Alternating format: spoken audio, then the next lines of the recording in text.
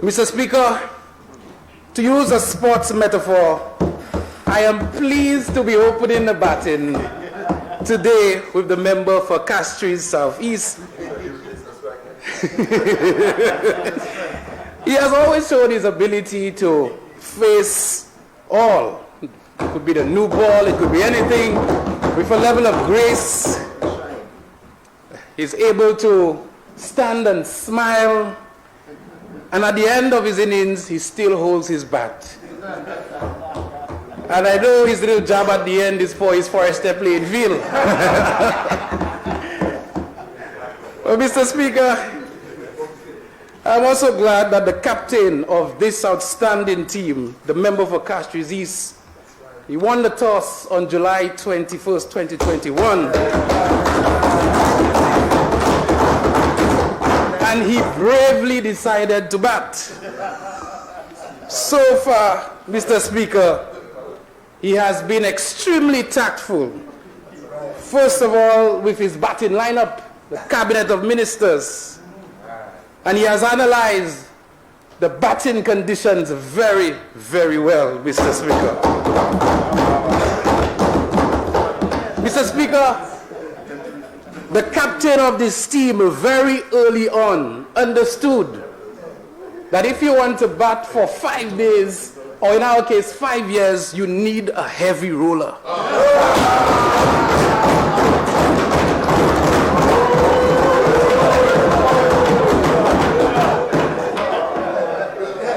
And so, Mr. Speaker, the heavy roller so far has allowed us to bat on a pitch that allows us to flourish and ensure that we can negotiate the bounds and do what we must do for the people of this country. And so, Mr. Speaker, I am happy on Tuesday to have sat in this beautiful stadium and watched my captain start off by rotating the strike nicely, getting the ones and twos, then stroking the fours, and then when you thought it was over, hit massive 60s towards the end of his innings. Now, Mr. Speaker, there is constant talk on social media about the opposing side want to choose to hold their strike bowler for certain times during this match, Mr. Speaker.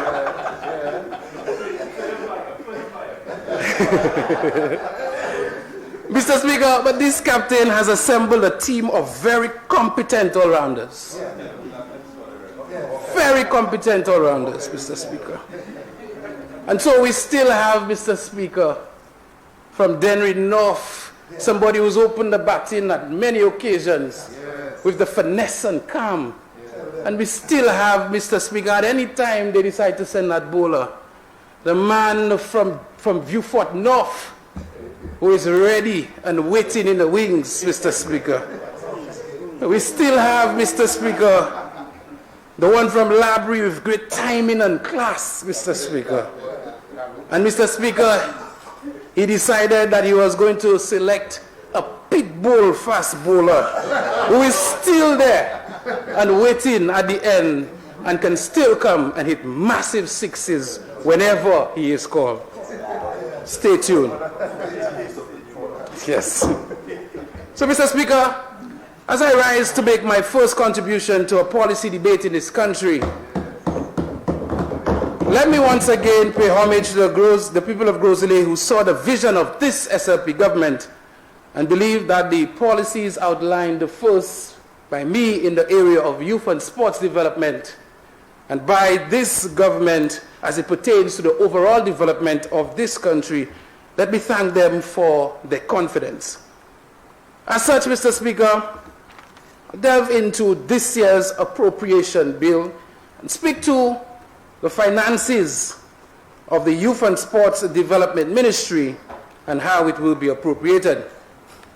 Now, Mr. Speaker, upon assuming the position of Minister of Youth Development and Sports, I immediately embarked on a mission of ensuring that the structural framework of the ministry were in place.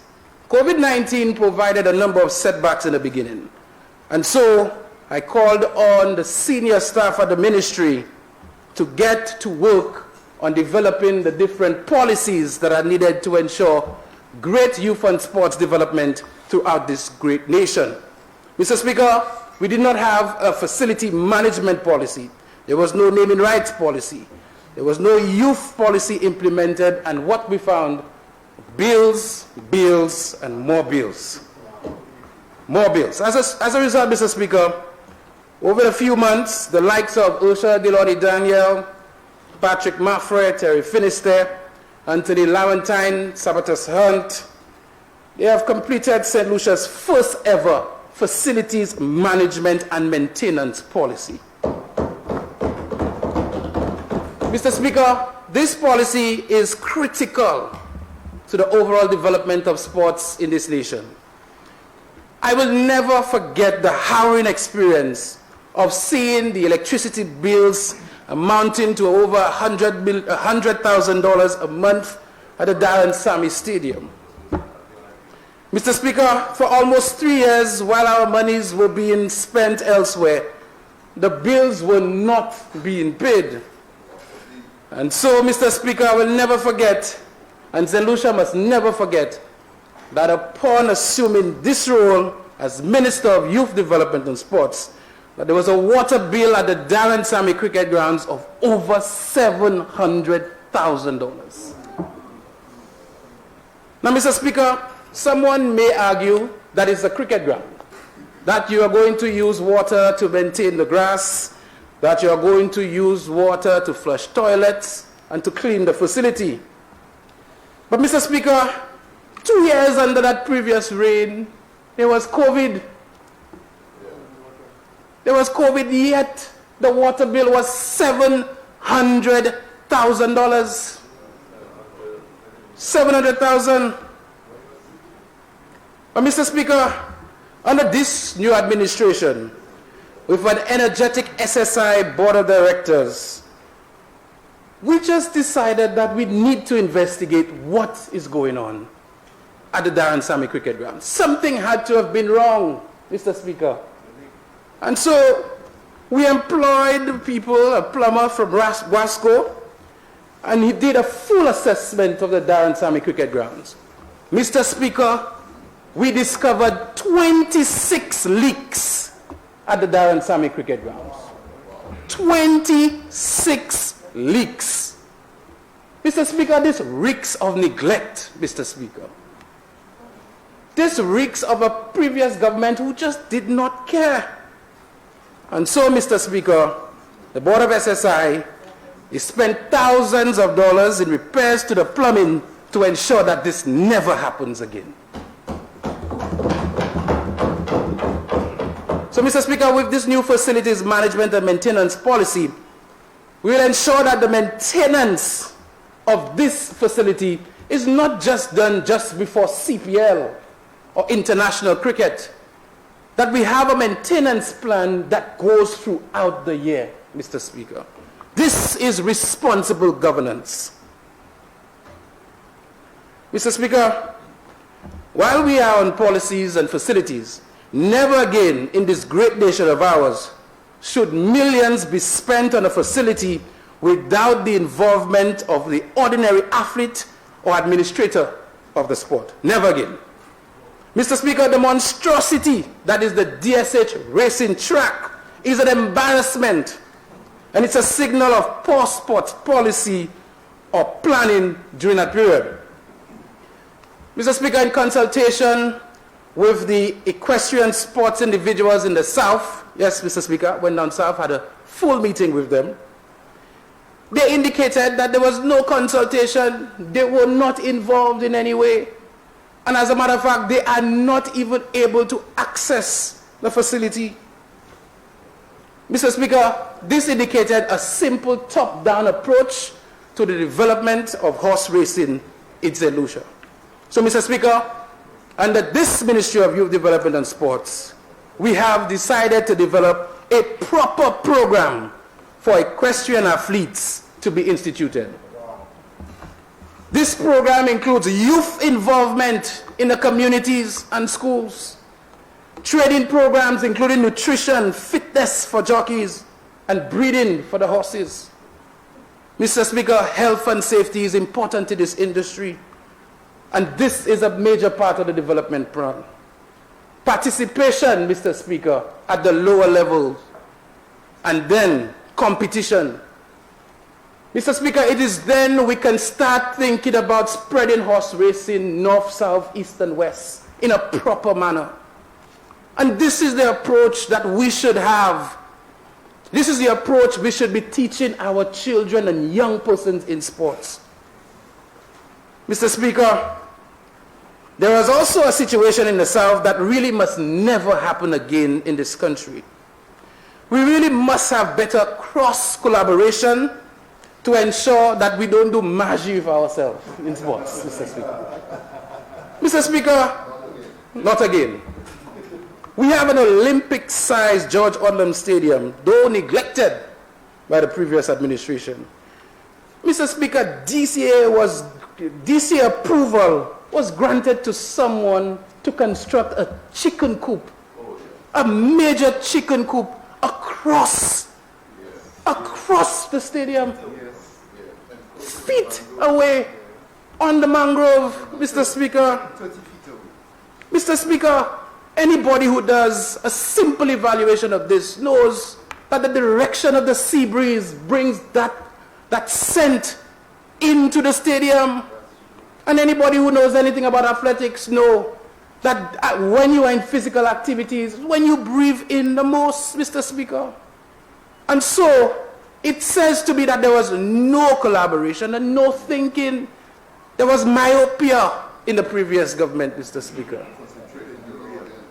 And breaking of laws, Mr. Speaker, all over, because there must have been something wrong. Because I cannot understand how this happened, Mr. Speaker. And so, Mr. Speaker, I have said to the sportsmen and women in the South that this is rather unfortunate, to say the least, and that they should do all within their power to stop this madness. Mr. Speaker, we as a government must mitigate against those sort of developments around our national grounds, Mr. Speaker. So, Mr. Speaker, Soufrière. Mr. Speaker, what happened in the pristine community of Soufrière must never, ever, ever happen again. Mr. Speaker, when approaching the sports facility, to the ordinary man, you would marvel and you would feel impressed by what the naked eye can see. But Mr. Speaker, the sports fraternity is not that stupid. Mr. Speaker, as I've said before, Belflare, solo there. Mr. Speaker, what happened at the Soufrière Mini Stadium is tantamount to a young lady seeing a young man with a six-pack. When you see the young man with the six-pack, you say, oh my God, this is the man, what an attractive man. But by the time you speak to him, he can't say nothing. This is what has happened. This is what has happened to the Soufrière Mini Stadium. Or a beautiful young lady that you see, but at the end of the day you fall sick and cannot boil water, Mr. Speaker.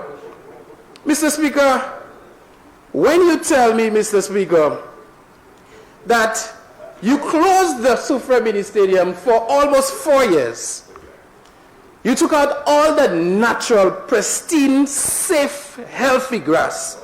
You replaced it with plastic or rubber. You reduced the scope of community recreation by destroying cricket in Soufrière. Best league in cricket in St. Lucia.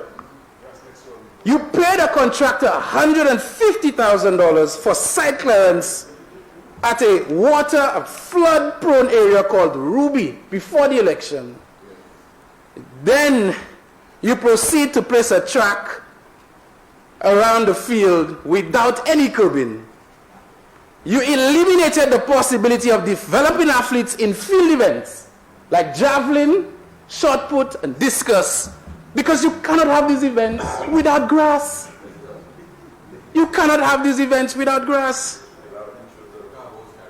They can't. I'm coming to that. I'm coming to that. Mr. Speaker, borrowed. What's worse about this, Mr. Speaker, is the fact that in its current form, this beautiful and scenic facility may never gain regional or international accreditation.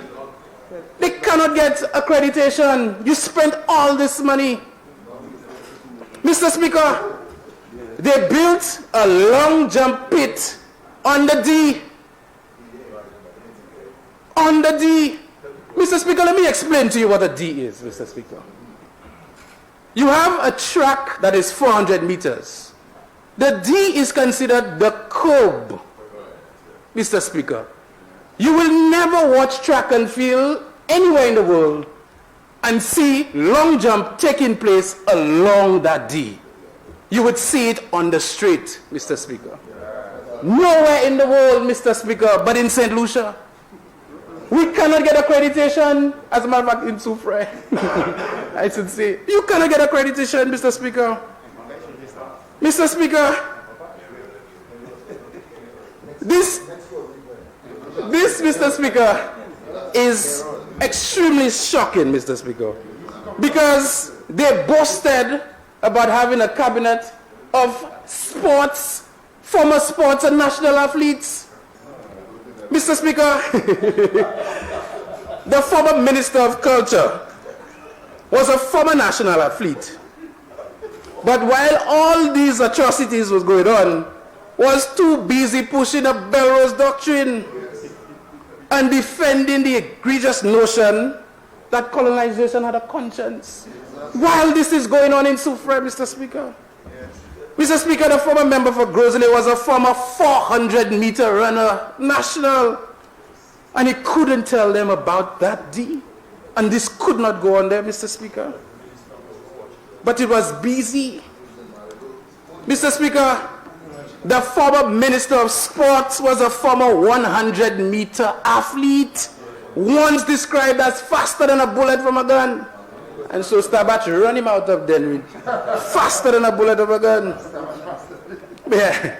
So, Mr. Speaker, I will excuse the former mayor who played predominantly cricket, as I was told, because he somehow proved his delusion by believing he could unseat a former Prime Minister and member for Viewfort South. And so I'll excuse him, Mr. Speaker. Mr. Speaker, all this was happening. He was good in cricket? Okay. Respect. Mr. Speaker, all of this was happening while the member for Soufrière at the time, all of this was happening under his nose.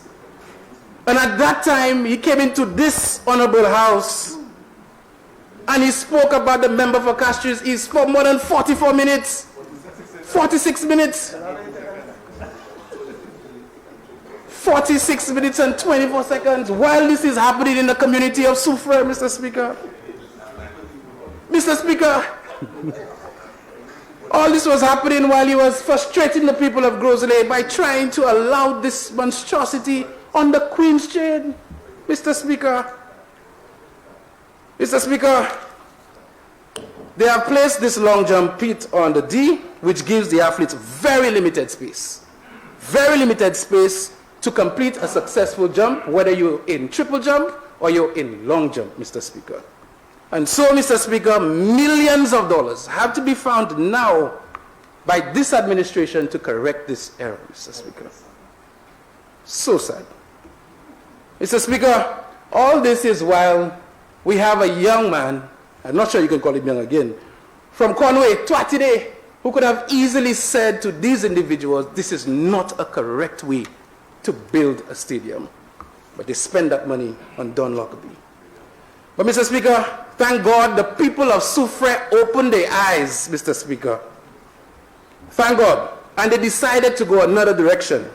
Because let me tell you, Mr. Speaker, the member for Soufrière that we currently have has more energy than all of us here put together, Mr. Speaker. Mr. Speaker, she gets it, Mr. Speaker. Mr. Speaker, I sometimes wonder if she works out more than me. She probably does, and I'm sure it's not yoga. Because the energy she brings to the people of Soufrière is so admirable. All the time she calling you. And today, I can report that under her recommendation, we brought in Nehemiah A. St. Jean to manage this facility, and he has done wonders, Mr. Speaker. The electrical issues have been dealt with. The goals have been installed. The curbing has landed in St. Lucia, and he's waiting for the nets that will be provided by CPL for a cricket program along the sides of that venue, Mr. Speaker. So, Mr. Speaker, with the facilities management and maintenance policy, the ministry has also hired 2 other facility managers who will be responsible for doing their facility assessments and developments in a responsible way around the island. And it's with this in mind, Mr. Speaker, that we are going to ensure that we institute a naming rights policy. Mr. Speaker, this policy will ensure that facilities around the island can be monetized to assist the ministry with their upkeep. This policy will be a guide for how the ministry goes about allowing corporate St. Lucia to invest in the facilities in the long term and in the short term in exchange for the use of their name at the facility, Mr. Speaker. And so now, if Flow decides to adopt the ancillary playing field, it can be called the Flow Ancillary Playing Field. If Digicel decides to invest in the Chozel or Lafargue playing field, we can have the Digicel sponsored, and every time it's announced, Lafargue playing field, Mr. Speaker. Mr. Speaker, not forgetting the current playing field, if Bryce and Company sponsors and ensures that they maintain the current playing field, we can call it the Bryce and Company current playing field, hint, hint. Mr. Speaker, with this policy, Mr. Speaker, we are expecting to ensure that any commercialization around the facility is used to ensure that the facility continues to develop, Mr. Speaker. This is the direction that we are going, Mr. Speaker, with our facilities in this great nation. Mr. Speaker, we are aware that development programs cannot reach their full potential between the hours of when people leave work at 5 o'clock and 6:30 when it gets dark. And so, Mr. Speaker, we have to ensure that we deal with the cost of electricity bills, or we deal with this situation at our facilities around the island.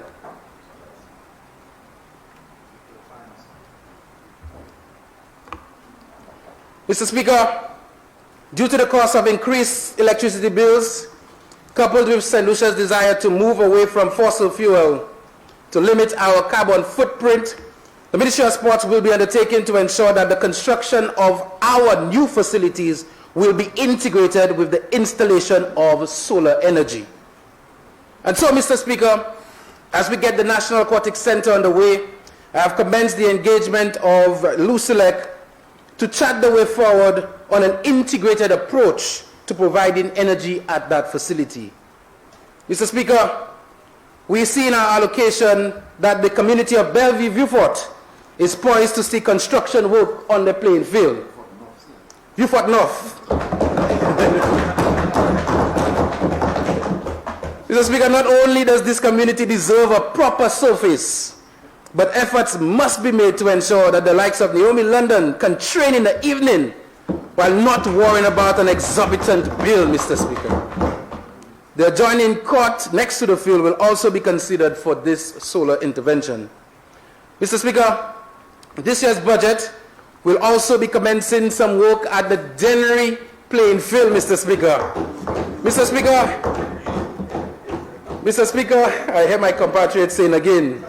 Mr. Speaker, I attended a semi-final game between Grosley and Dennery at the Dennery playing field, and I said to my comrade that if they win this game, they're not getting nothing.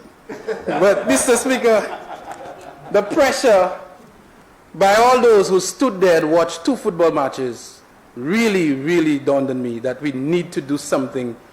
Mr. Speaker, like Denry North, this is a community that absolutely thrives on sports. This is a community that is built on their love and passion for sports. And so, Mr. Speaker... Member for Grosley, would you like to place on record who won that match? Unfortunately, Mr. Speaker, the ball went through my goalkeeper's legs in a very unfortunate way, and Grosley lost that game 1-0. So sad. But the member for Canries, I'm coming to you. The member for Canries has indicated that he will seek sweet revenge for me when that final is played on Sunday, May 1st at the Viewfort Stadium, Philip Master grounds. But Mr. Speaker, in order to deal with the exorbitant monthly costs of water, Mr. Speaker, Sports St. Lucia Inc. has been charged with the responsibility of developing a system for rainwater harvesting, Mr. Speaker, while small solar pumps can be installed to do the basics like flushing the toilets at the Darren Sami and maintaining the grounds. This will ensure that millions can be saved at our facilities. Mr. Speaker, lighting of facilities continue to be a heavy priority for this government. Mr. Speaker, the Leclerc playing field, Mr. Speaker, has been deemed for a very long time, and so slight adjustments to this lighting system has been warranted by Leclerc's rise to absolute prominence in football in St. Lucia once again, Mr. Speaker. And I'm sure the member for Castries North is very elated about their progress, Mr. Speaker. Mr. Speaker, the Larry Sus Court, Mr. Speaker, intervention has begun in ensuring we have LED lights at the Larry Sus Court, Mr. Speaker. The Labrie playing field, the Cicero Court, Mr. Speaker, the Wen playing field in Monrepo, Mr. Speaker, is another popular playing field that has bred some of the best cricketers in St. Lucia, Mr. Speaker. And so we'll continue to seek the resources to ensure that this development is instituted, Mr. Speaker. Mr. Speaker, this government has invested $10 million in the youth economy.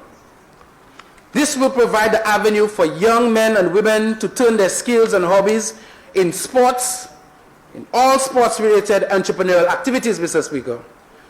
The ministry continues to partner with sporting organizations towards the semi-professionalization of sports in this country, Mr. Speaker. Consultation with the inclusion of former national football player and coach Earl Bollock-Jean and Stuart Charles Favre continues, Mr. Speaker, as we seek to ensure that we can compensate our players, our coaches, sports photographers, editors, and the likes, Mr. Speaker. Mr. Speaker, every single constituency can benefit from this intervention in sports and in entrepreneurial activities, Mr. Speaker. This is the vision of the member for Castries East, Mr. Speaker. Mr. Speaker, there's a lot of work ongoing with the president of the St. Lucia Football Association to ensure that we can semi-professionalize the sport, Mr. Speaker. And I'm very glad, Mr. Speaker, that the ambassador of the People's Republic of China, Taiwan, has started the communication with the Taiwan Football Association to see us through in equipment and logistics for the semi-professionalization of football in St. Lucia, Mr. Speaker. Mr. Speaker, I like that. Mr. Speaker, the establishment of a diaspora association for sports is very important, Mr. Speaker. We have a number of former national players, Premier League players around the world who have gear at their households, Mr. Speaker. Mr. Speaker, we must find and charge that association with the responsibility of putting it together and sending it to St. Lucia for our young people, Mr. Speaker. And so, Mr. Speaker, we continue to work in the Ministry of Sports. Mr. Speaker, the comorbidity rate of death in this country requires this government to take a deeper look at ensuring that there is a better synergy between the Ministry of Health and the Ministry of Sports, Mr. Speaker.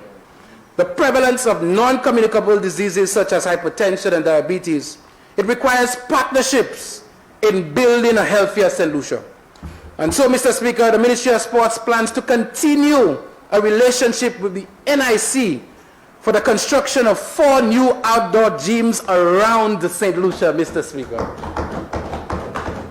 The assessment of the communities of Miku, Soufrière, Vieux-Fort, VG will continue, Mr. Speaker, to establish the outdoor gyms, Mr. Speaker. Mr. Speaker, it is not enough to merely establish this commodity. And so, Mr. Speaker, the policy of this ministry will be to require coaches employed with the ministry to do at least 30-minute sessions with communities free of charge at these facilities, Mr. Speaker. In fighting this disease, Mr. Speaker, the ministry will also train coaches in ensuring fitness classes are instituted for the middle-aged and the elderly in our communities, Mr. Speaker. Very important in fighting the scourge. Mr. Speaker, the Ministry of Youth and Sports will also foster deeper ties with the Ministry of Education. Dealing with hypertension and diabetes must start at an earlier age, Mr. Speaker. As the Minister of Youth Development and Sports, I am deeply concerned that our young people are not moving enough, Mr. Speaker. And they are gaining weight at an earlier age, Mr. Speaker. As such, this ministry will partner with the Ministry of Education and Health to bring back some of the fun activities in schools that promote physical activity, Mr. Speaker. We intend to partner with other concerned citizens to institute programs in skipping rope, jump rope, and competing in hopscotch and double dutch as we used to when we were younger, Mr. Speaker. Mr. Speaker, something has to be done to get our people moving, Mr. Speaker. And so, Mr. Speaker, physical literacy has to begin at infant and primary school. It is my opinion that we teach physical education, which focuses more on kicking and throwing, but pay scant regard to actual physical literacy, because there's a difference. You see, Mr. Speaker, physical literacy deals with the healthy development of the whole person. And we see most times that physical education, it deals largely with movements, Mr. Speaker. And so we have to start to educate our young people about healthier lifestyles in eating, healthier lifestyles in moving, including, Mr. Speaker, and I'll continue to say it, my time in India really changed my life. Healthy meditation and yoga, Mr. Speaker. These things we need to teach our children earlier, Mr. Speaker. Mr. Speaker, even as we discuss physical literacy at schools, it is important for me to articulate the Ministry of Sports policy direction as it pertains to our annual school sports events, Mr. Speaker. Mr. Speaker, in order for this nation to catch up with the times, Mr. Speaker, our annual inter-house activities must be viewed in terms of inter-house as participation. Mr. Speaker, you want everybody to participate in your inter-house competition, everybody, as most of us would have at some point. Therefore, the idea is to get as many as possible our kids to actually participate. But Mr. Speaker, when it comes to inter-school, the thrust has to be on competition. This is how it is done in other countries. The inter-school competition is not based on everybody participating, but the actual athletes competing. And so, Mr. Speaker, for an inter-school competition, let's just say in track and field, to go anywhere in this country, we must start having standards. We must.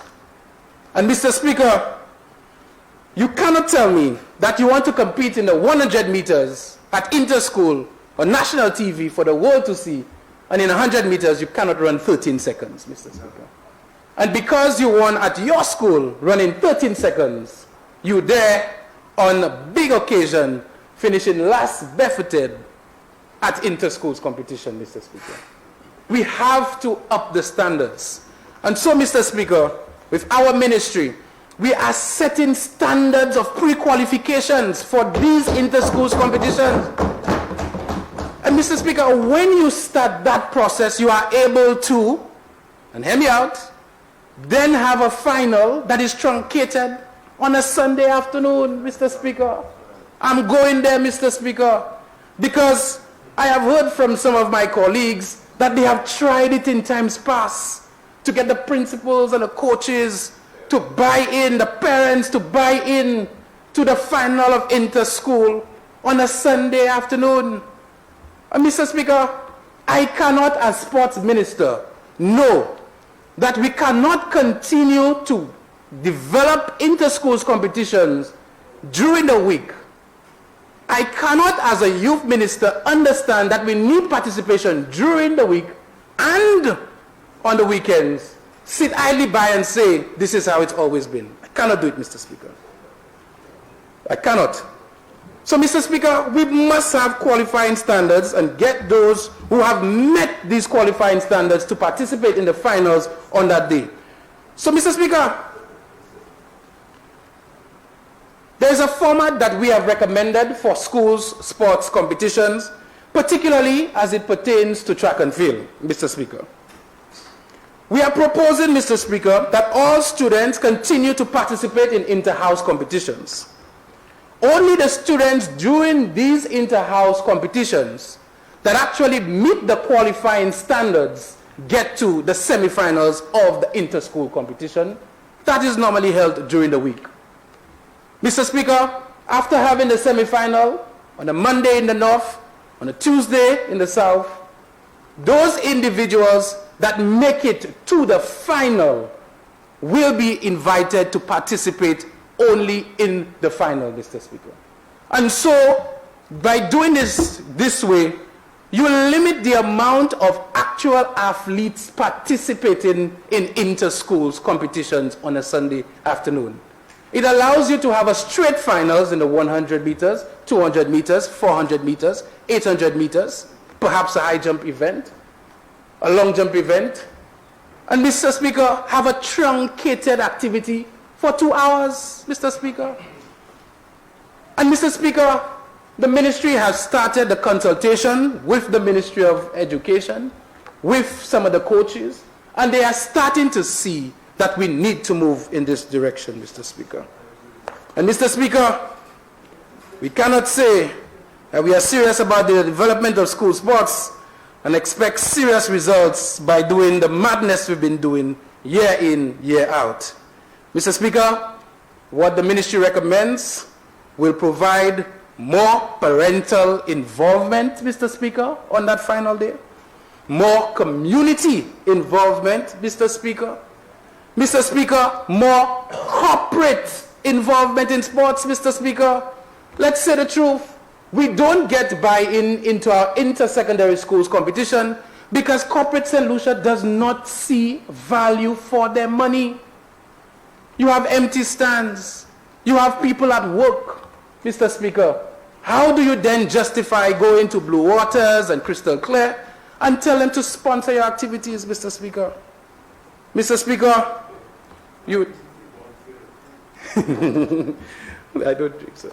Mr. Speaker, there will be higher prestige in making the finals, Mr. Speaker.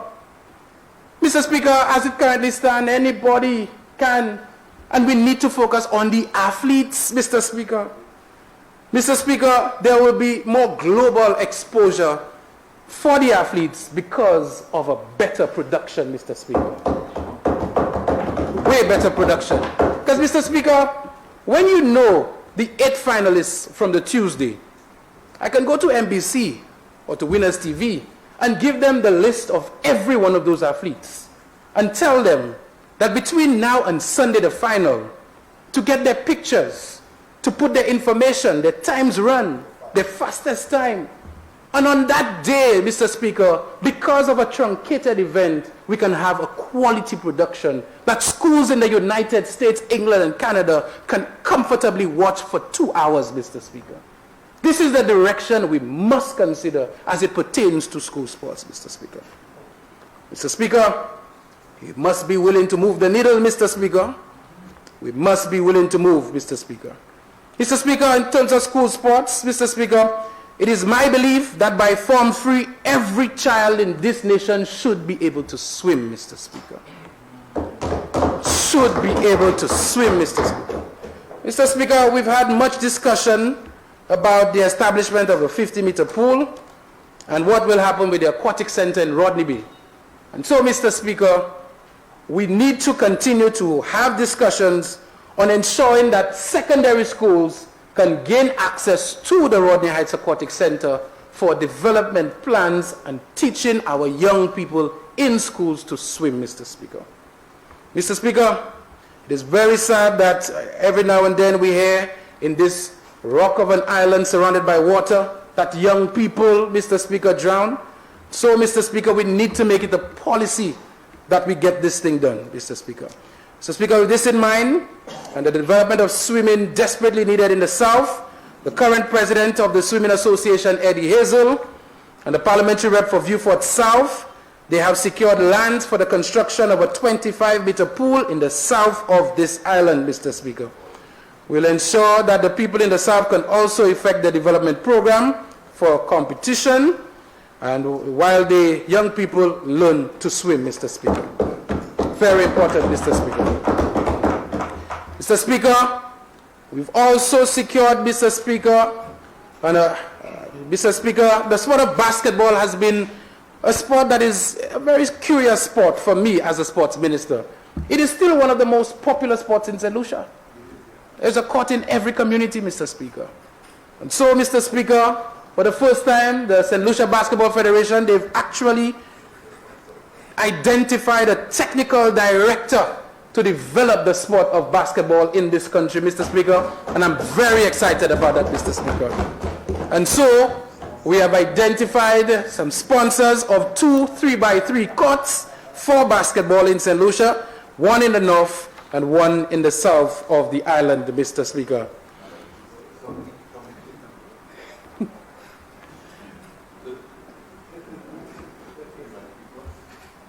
Mr. Speaker, this government believes in the engagement of young people at their level. As a result, we have identified a alternative sports or non-traditional sports desk at our ministry, Mr. Speaker. Mr. Speaker, we have a lot of young people, and I would say the sum total of those who are interested in alternative sports may be more than those interested in football, Mr. Speaker. We have a lot of young people that are interested in esports, video gaming. Mr. Speaker, BMX riding, Mr. Speaker, car racing, sound clashes, Mr. Speaker, darts, off-road racing, outdoor gymming, Mr. Speaker. Mr. Speaker, the development and structuring of an alternative sports department, Mr. Speaker, is very important. A government that takes what young people like seriously will yield way more results than one that forces them to like what they have not liked forever, Mr. Speaker. And so, Mr. Speaker, we are in the process of sending out invitations, Mr. Speaker, so that we can identify a consultant for the development of alternative sports on this island, Mr. Speaker. We have identified a season when we see more alternative sports, including bike racing in this country, Mr. Speaker, from National Day, December 14th, to Independence Day, February 22nd, Mr. Speaker. And so, Mr. Speaker, I've held many meetings with the car racers. They used to use the Kakabeth. And when I hear how much these individuals have been displaced, it really hurts. DSH have displaced them. And so the identification of a home for car racing is high on our priority. So the strategy for the development of alternative sports, creation of the alternative sports desk with a consultant at the ministry, identify, develop a database of interested persons on island in the alternative sports, formulate a development program in the community and in schools in alternative sports, institute a yearly program of competition which will be culminated December 13th to February 22nd. Mr. Speaker, the young people of this nation have waited for a youth policy, Mr. Speaker. Similar to the women who waited for a domestic violence bill, they have been on the sidelines waiting and waiting and waiting for this youth policy. Mr. Speaker, I am proud to stand here today and say that the wait is finally coming to an end, Mr. Speaker. Mr. Speaker, in times past, the Ministry of Youth Development and Sports finalized a draft national youth policy with funding from Commonwealth. The draft policy, it actually articulates the framework for the development of young people. Mr. Speaker, the vision of the policy states, and I quote, Member for Grizzly, you have 15 minutes left.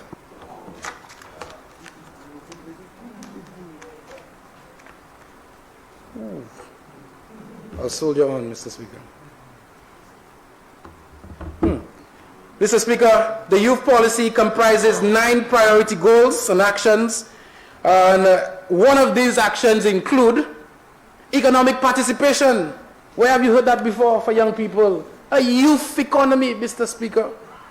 And so, in January 2022, the ministry finalized the draft action plan to assist with the implementation of this draft policy. This draft contains the following 3 implementation principles: embracing human rights-based approach, social inclusion, inclusive of the active youth participation. Mr. Speaker, these 2 documents will help create an enabling environment to further the ministry's quest for positive youth development in this nation. Mr. Speaker, the member for Castries East ensured that the NYC got an increase in their subvention, and I can say finally, Mr. Speaker. And so the Ministry of Youth Development and Sports will ensure that we continue to ensure that we have deeper ties with the National Youth Council, Mr. Speaker. We propose structural quarterly meetings with the Council. We've increased their subvention and we'll continue to evaluate that subvention, Mr. Speaker. Mr. Speaker, I'm glad to announce that on May 11th and 12th, we will see the return of Youth Parliament in this nation, Mr. Speaker. This is a welcomed event that we all can look forward to. But Mr. Speaker, the young people, they are asking for more Youth Parliament, Mr. Speaker. They want different occasions to be able to come and have debates on what's happening in this great nation. And so we will be working with the NYC to accomplish just that, Mr. Speaker. Mr. Speaker, in our ministry, we also have a school leavers program, Youth Service Corps, Mr. Speaker. The program, Mr. Speaker, is largely with the public sector, employing 140 young persons. Mr. Speaker, with this program, every year about 2,000 young people leave secondary school, leave tertiary level education, and come back from college, Mr. Speaker. And so most of the times they are not equipped with a resume that has enough information. Mr. Speaker, with this program, we give them an opportunity to work with an establishment for a year. Mr. Speaker, we are now considering working with startup business that would fall under the youth economy and see if we can partner with the Ministry of the Youth Economy to split at least the first year compensation for the young school leavers, Mr. Speaker.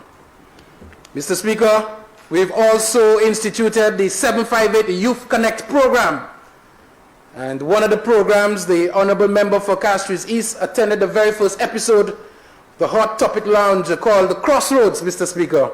Mr. Speaker, this will provide a virtual space for all, Mr. Speaker. For those who are musicians, Mr. Speaker, virtual space for the athletes, and the next episode will feature the athletes from Carifta, Mr. Speaker.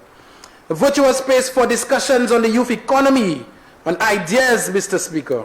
And so, Mr. Speaker, we're very excited about this opportunity to hear our young people speak, Mr. Speaker. Mr. Speaker, our music program by Shiryan Cyril, Mr. Speaker, is one that we will expand to ensure that more communities, more of our voices, our melodious voices are heard, Mr. Speaker. Very excited about this, Mr. Speaker. Mr. Speaker, Skilled St. Lucia app, Mr. Speaker. Very excited about the ministry's development of a digital space targeted at dealing with unemployment. I'm indeed excited about the upcoming launch of Skilled St. Lucia, an app that will benefit not just young people, but the wider society. The app will have a number of things going on, Mr. Speaker. It will create a database of unemployed people, including electricians, plumbers, carpenters, Mr. Speaker, painters, even dancers, singers, musicians, Mr. Speaker, all will be encouraged to let their skills, their talents, their CVs be placed on this platform, Mr. Speaker. It will ensure that there is geolocation, Mr. Speaker. This will tell us, the region and the world, exactly where our skills are, where they are available, Mr. Speaker. It will provide an avenue for collaboration with the Ministry of Education for training programs in TVET, Mr. Speaker. It will provide that guidance to strengthen these individuals that have perceived weaknesses on their CVs, Mr. Speaker. Mr. Speaker, with this established, we are hoping that a gig economy will be formulated under our youth economy, Mr. Speaker. When you speak to young people, they tell you, I have a skill, but I don't want to work particularly for any company. They tell you, I work 5 days for this company, and I make this amount of money. With my skill, working for myself, with my gig, I can work twice and make that money, Mr. Speaker. And so the identification of these people are very important. We are truly working hard for these people, Mr. Speaker. Mr. Speaker, let me once again thank the people of Grosley for their patience during the most difficult time of our country. Most difficult time our country has ever faced, Mr. Speaker. Let me thank the people of Granivier, who has seen contract after contract awarded for the completion of their court, yet still thousands of dollars later, their court is only 40% complete. Let me thank the people of Marisol Corinth for their patience. These people have stood by and have seen lights go up around the country, while every program imaginable is done on their playing field during the day.